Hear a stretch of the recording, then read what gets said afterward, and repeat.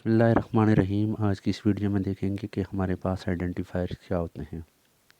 Identifier किसी variable, class, union, structure या function के नेम को हम आइडेंटिफायर कहते हैं। प्रोग्रामिंग की बात की जाए तो आइडेंटिफायर्स के काफ़ी रूल्स होते हैं। यहाँ पर 3 रूल्स डिस्कस किए गए हैं। पहला रूल है कि identifiers combination of alphabet, digits या अंडरस्कोर हमारे पास होते हैं। आइडेंटिफायर में अंडरस्कोर के अलावा कोई भी सिंबल होगा तो वो आइडेंटिफायर इनवैलिड होगा। अगर अल्फ़ाबेट से पहले कोई भी डिजिट होगा तो वो भी इनवैलिड ही होगा। हम कंपैरिजन करेंगे कि हमारे पास आइडेंटिफायर्स क्या होते हैं और इनवैलिड आइडेंटिफायर्स क्या होते हैं।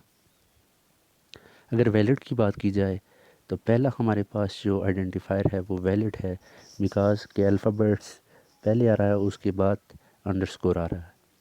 दूसरी बात की जाए वैलिड आइडेंटिफायर की, तो ये भी हमारे पास वैलिड आइडेंटिफायर है, बिकॉज अंडरस्कोर पहले आ रहा है और उसके बाद अल्फ़ाबेट आ रहा है। तीसरा जो हमारे पास आइडेंटिफायर है वो भी वैलिड है, क्योंकि हमारे पास अल्फ़ाबेट पहले आ रहा है और डिजिट बाद में आ रहे हैं।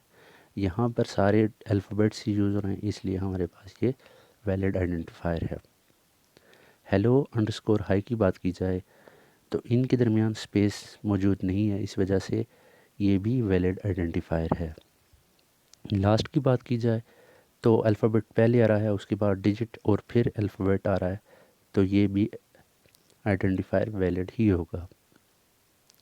इनवैलिड आइडेंटिफायर की बात की जाए तो हमने रूल देखा था कि अगर अल्फ़ाबेट से पहले कोई भी डिजिट आता है तो वो इनवैलिड होगा।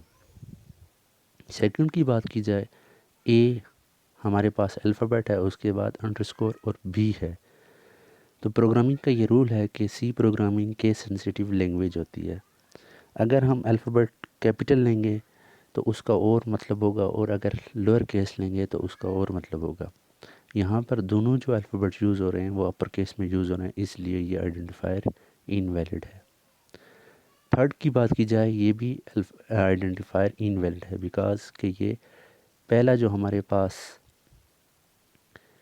वैल्यू है वो डिजिट है और उसके बाद अल्फ़ाबेट है, ये भी इनवैलिड आइडेंटिफायर है। हेलो और उसके बाद हमारे सिंबल है, सिंबल हमने ये देखा था कि अगर अंडरस्कोर के अलावा कोई और सिंबल आएगा तो वो भी इनवैलिड आइडेंटिफायर होगा। हेलो हाई की बात की जाए तो हेलो हाई के दरमियान स्पेस मौजूद है, तो ये भी इनवैलिड आइडेंटिफायर होगा। जब भी हम कोई भी आइडेंटिफायर बनाएंगे तो उनके दरमियान स्पेस नहीं होनी चाहिए। हेलो हाई भी इनवैलिड आइडेंटिफायर होगा। अगर लास्ट की बात की जाए, हमने पहले भी देखा था कि अगर अंडरस्कोर के अलावा कोई भी सिंबल आता है तो वो भी इनवैलिड आइडेंटिफायर होता है।